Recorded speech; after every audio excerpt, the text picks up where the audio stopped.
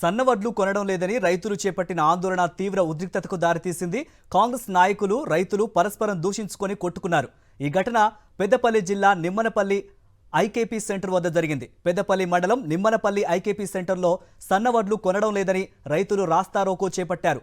పెద్దపల్లి వైపు వెళ్తున్న ఒక కాంగ్రెస్ నాయకుడు రైతులను దూషించి మాట్లాడారు. దీంతో ఆగ్రహానికి గురైన రైతులు అతన్ని చితకబాదారు. ఈ ఘటనలో ఒక రైతు చొక్కా చినిగింది. అధికార కాంగ్రెస్ నాయకుల శైలిపై రైతులు తీవ్ర అసహనం వ్యక్తం చేస్తున్నారు.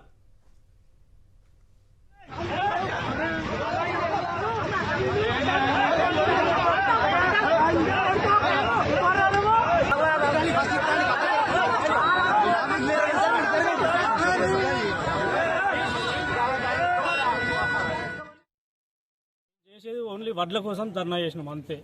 వడ్లు మాకు కాంటలు అయితే లేవు, మిల్లర్లు దించుకోవట్లేదు. మళ్ళీ మిల్లర్లది ఇంకో సమస్య, వాళ్ళు ఐకేప్ సెంటర్లకు వచ్చి వడ్లు సెలెక్ట్ చేసుకొని పోవడం.